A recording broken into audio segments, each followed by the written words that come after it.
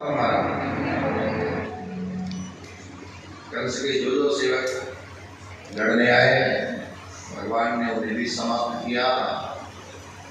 भगवान ने सैनिकों की ओर देखा तो सैनिकों ने अपने अपने शस्त्र उल्टे कर दिए। भगवान ने कहा क्या इरादे? सिपाहियों ने कहा इरादे साफ है, हम तो सिपाही हैं, जिसकी सरकार उसी की वाह, हमको तो इंक्रीमेंट से मतलब है, हमको तो वेतन से मतलब है, हमको तो पेंशन से मतलब है, जो पेंशन देवे, इंक्रीमेंट देवे, हम उसी के सिपाही। बोले जाओ और जाकर के हमारे माता पिता को कारागृह से। कंस ने अपने बाप को भी कारागृह में डाल दिया था, उग्रसेन को भी कारागृह से मुक्त किया गया। भगवान ने यमुना के किनारे विश्राम किया।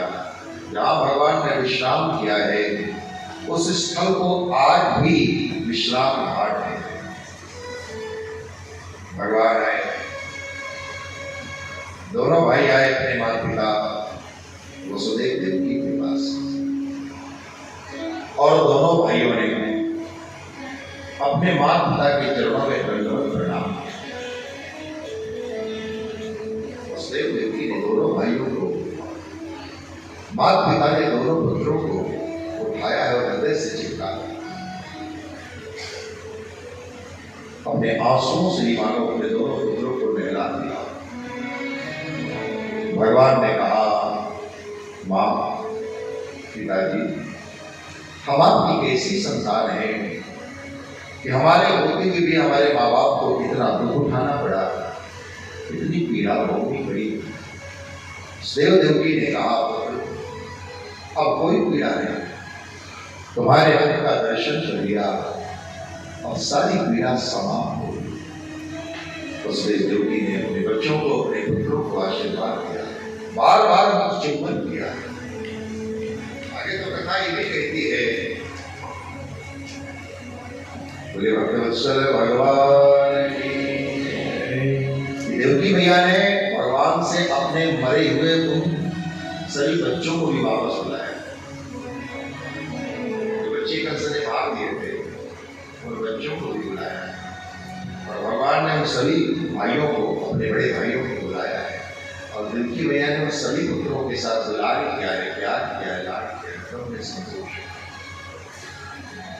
तो प्रसाद भगवान आए हैं बाबा नंद के पास। दोनों भाई बाबा नंद के पास आते ही बाबा से लिपट जाते। भगवान की आंख में आंसू आ गए, भगवान रोने लगे, क्योंकि भगवान अब वो बात कहना चाहते हैं जिसे कहने की हिम्मत नहीं जुटा पा रहे। बाबा, बाबा ने कहा, हाँ लाला क्या है, और तुम्हारी आंख में आंसू क्यों है, तुम रो क्यों रहे हो, क्या बात है? भैया की याद आई, गायों की याद आ रही। चल बेटा, अब चलते हैं यहाँ से, मथुरा में कार्य सब संपन्न हो गया, अब तेरी भैया भी तुझे याद कर रही है और तू भी माँ को याद कर रहा है, चल अपनी माँ के पास आओ। भगवान ने कहा, बाबा ने कहा, हाँ लाला बोल बेटा क्या है? भगवान ने कहा, बाबा इन सभी गोपों को, ग्वालों को लेकर के आप नंदगांव वापस लौट जाइए, मैं आपके साथ वापस नहीं चलूंगा। इतना सुनते ही नंद बाबा मानो बच्चा बजरा घात सा लगा है, उनके ऊपर मानो बिजली सी गिर गई। नंद बाबा अवाक रह गए, आंखों से आंसू बह चले गए, दर्द को संभाल नहीं सके। नंद बाबा मूर्छित हो गए। थोड़ी देर के बाद जब मूर्छा दूर हुई, दादा क्या कह रहा है, तुम्हें लिए बगैर यहां से जाकर से तो बेहतर है कि मेरे प्राण चले जाए। क्या मुंह दिखाऊंगा तुम्हारी मैया, तुम्हारे बिना वो जी नहीं पाएगी बेटा।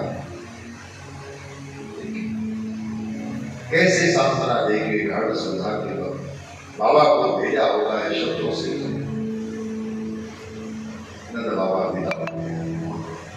तत्पश्चात भगवान विद्याभ्यास के लिए सांदीपनी ऋषि के पास उज्जैन पधारे। देहाभिमान को कंस का नाश किया है भगवान ने, अब मथुरा मधुरा बन गई। वृद्ध है उग्रसेन, लेकिन मथुरा का राजा उग्रसेन को भी बनाया है, लेकिन लोगों के हृदय के राजा तो भगवान श्री कृष्ण। अब भगवान सांदीपनी ऋषि के पास उज्जैन पधारे हैं विद्याभ्यास के लिए। काशी के ब्राह्मण सांदीपनी ऋषि, उज्जैन जहां महाकाल की नगरी और मोक्षदायिनी, अयोध्या मथुरा काशी माया कांची अवंतिका पुरी द्वारावती सप्तैते मोक्षदायिका। सात प्रिया, यहाँ मृत्यु होने पर सीधे मुक्ति की प्राप्ति होती है, प्राणी मोक्ष को जाता है। तो यहाँ सांदीपनी ऋषि को पता था कि मुझे ऐसे दो शिष्य मिलेंगे जो मेरा नाम विश्व में रोशन करेगा, यहाँ रह करके पठन पाठन का कार्य करते हैं। तो वास्तव में शिष्य के रूप में है भगवान श्री कृष्ण और बलराम की प्राप्ति।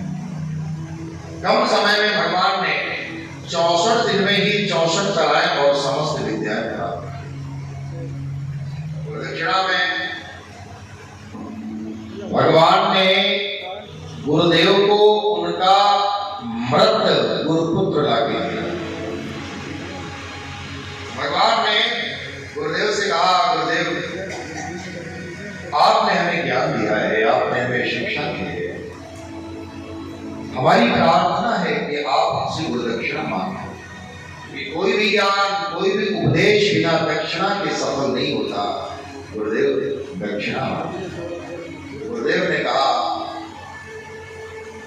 भगवान आप जैसे परमात्मा का मैं सदगुरु बना, इससे बढ़कर के क्या हो सकता? नहीं गुरुदेव, कुछ गुरुदक्षिणा मांग लीजिए। तो कहते हैं गुरुदेव ने कहा, मेरे मन में तो कोई इच्छा नहीं है, तुम अपनी गुरु मां से पूछ लो, शायद उनके मन में कोई भाव हो, कोई कामना। तो भगवान श्री कृष्ण गुरु माता से कहते हैं, मां गुरु माता आपने जननी की तरह हमारी सेवा की है, हमारा ध्यान रखा है, हम आपसे प्रार्थना करते हैं, हमसे कुछ मांग लीजिए, गुरुदक्षिणा मांग लीजिए। तो कहते हैं गुरु मां ने कहा, पुत्र मेरा एक ही बेटा था, वो समुद्र किनारे खेलने गया है, तो समुद्र ने उसे निगल लिया है, वो समुद्र से वापस नहीं लौटा, तो मैं उसके वियोग में सदा रोती रहती थी, दुखी रहती थी। लेकिन जब तुम आश्रम में आए और जब से मैंने तुम्हें देखा, तो तुम्हारे प्रेम में तुमको देख करके मैं अपनी बेटी की सुध भूल गई थी, मुझे नहीं याद आती थी। अब तुम जा रहे हो तो मुझे मेरी बेटी की याद आ रही है। अगर कुछ देना चाहते हो तो मेरा मरा हुआ पुत्र मुझे ला कर दे। भगवान ने कहा, गुरु मां जीवन। और भगवान जाते हैं समुद्र के पास। कहा, समंदर हमारा गुरुपुत्र तुम्हारे पास है, उसे वापस लो। समुद्र ने हाथ जोड़ करके कहा, भगवान आपका गुरुपुत्र मेरे पास नहीं है, लेकिन संभावना है कि मेरे भीतर एक असुर रहता है, पंचजन नाम का असुर रहता है शक्ति के रूप में, शायद इसके पास हो। और भगवान समुद्र में प्रवेश करते और शंखासुर का उद्धार करते, लेकिन पुत्र नहीं मिला। लेकिन भगवान ने शंखासुर का जो शरीर है शंख के रूप में, उसको स्वीकार किया है, इसलिए भगवान के शंख का नाम है पांचजन्य। पांचजन्यम ऋषिकेशो देवदत्तम धनंजय। भगवान श्री कृष्ण के शंख का नाम है पांचजन्य। और महाभारत के युद्ध में अगर पहली शंख ध्वनि पांडवों की तरफ से किसी ने की है तो भगवान ने की है। उन्होंने की, बिल्कुल युद्ध करना ही नहीं था, उन्होंने शंख बजाया। भगवान श्री कृष्ण के शंख का नाम है पांचजन्य। भगवान सीधे गए यमराज के पास, संयमी हुई, यम हुई। और उसी शंख की ध्वनि की है, शंखनाद किया है। जैसे शंकर ध्वनि हुई, यमराज भागे भागे दौड़े दौड़े बाहर आए और देखा भगवान श्री कृष्ण को। भगवान श्री कृष्ण के चरणों में प्रणाम किया है। इन्होंने यमराज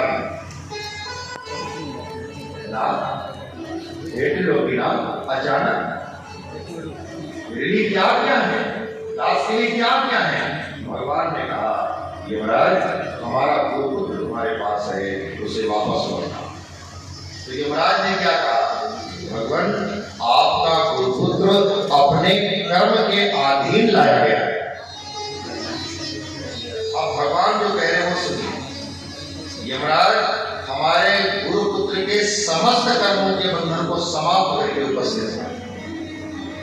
क्या है ये? भगवान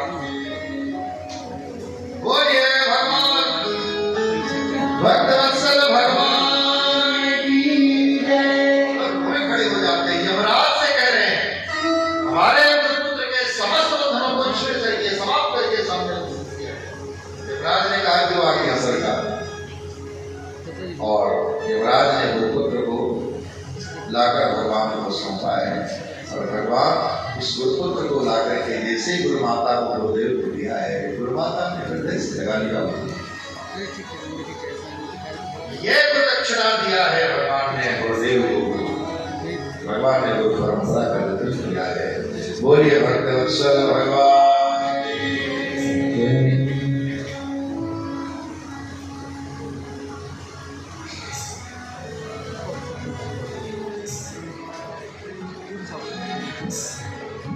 बोलिए आनंद कंद भगवान की